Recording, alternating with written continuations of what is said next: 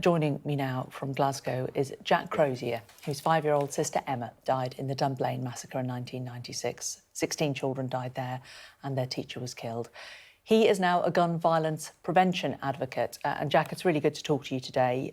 Thank you very much for joining us. Yesterday must have been a really tough day for you and your family. It is tough for our family and everyone from Dunblane, but it's so much harder for everyone in America and the families in Texas who are having to go through this. Not just Texas, but all the other communities that have to do this every single week. Is there anything that anyone can do to help these families? Anything anyone can say that in any way eases the pain? Everyone offers thoughts and prayers, and it's not enough. It's never been enough, and it's never going to be enough. And the only thing that we can do is take action. Here in the UK, it's hard to support because we're not directly involved anymore. But there's communities and there's campaigners out in America that are doing such amazing work, and they're the ones that need our support just now. Because, of course, after Dunblane, the UK government did bring in legislation to change gun laws, and also in Australia, when there was a school shooting there, they brought in laws, and both of our countries, mercifully, haven't had an event like that since. But it wasn't necessarily plain sailing to get that legislation through, was it? Absolutely not. So it wasn't until the 17th of December 1997 before handguns were banned in the UK. That's 645 days after Dunblane.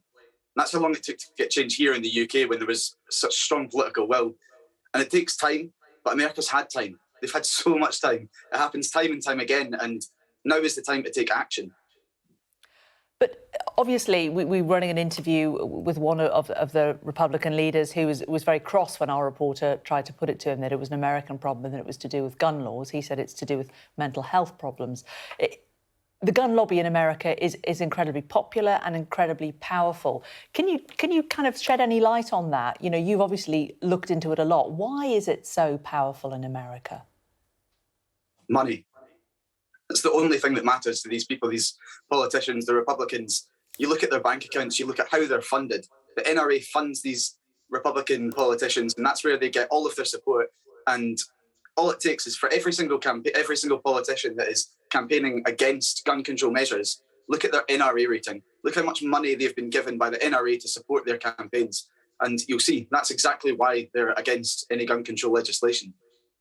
So how do you think things could change in America? Every time there is a shooting like this, you know, after Sandy Hook, everybody always says, oh, this is the event, this is the thing that changes things. You remember Obama standing up and making this really powerful speech, and Biden this week, again, making a really powerful speech. We even had sports leaders breaking down in tears at press conferences. And yet nothing changes, does it? What will make them change?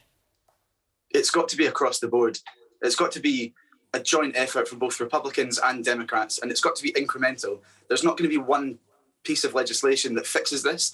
It's got to be from the bottom up and from the top down. So they've got grassroots organisations that are campaigning, and they're doing the best work that they can. But we need to change from the top down. And the bills are there. There's a background check that's been sitting with the Senate for over a year now, and it needs to be passed. And that's where they've got to start. They've got to start by doing just something, that first step on the journey. And as soon as they can do that, it will start to change. It's going to take so much time, but they need to make the first steps. Do you have any confidence that it will happen, like, for example, in your lifetime, when you look at the current makeup of the Senate? You've got to have some hope. And the hope comes from watching the campaigners in America just now. People like Manny and Patricia Oliver at Change the Ref, the kids after Parkland, they're the most powerful campaigners I've ever seen. And these are the people that are going to make the changes that America needs. And when we think about your sister, Emma, just tell us a little bit about her and how old she was when you lost her. I don't have any memories of Emma. She was 5 when she was killed at Dunblane. I was only 2 years old. And it's difficult not having any memories of someone that you should have there. You know, I'm so close with my sister Ellie. She's my best friend in the world. And not having that there as my big sister that I should have.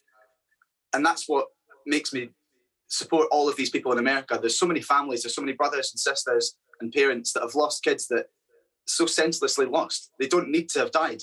And there's things that we can do. There's changes that can happen that can prevent this. And I think that's the reason that I speak, and the only reason that I ever, give my voice to these people is because we've been through it, and people don't need to go through this anymore. Well, Jack, thank you for sharing your voice with us today. Jack Crozier, whose sister Emma died in the Dunblane shooting. Thank you very much. Thank you.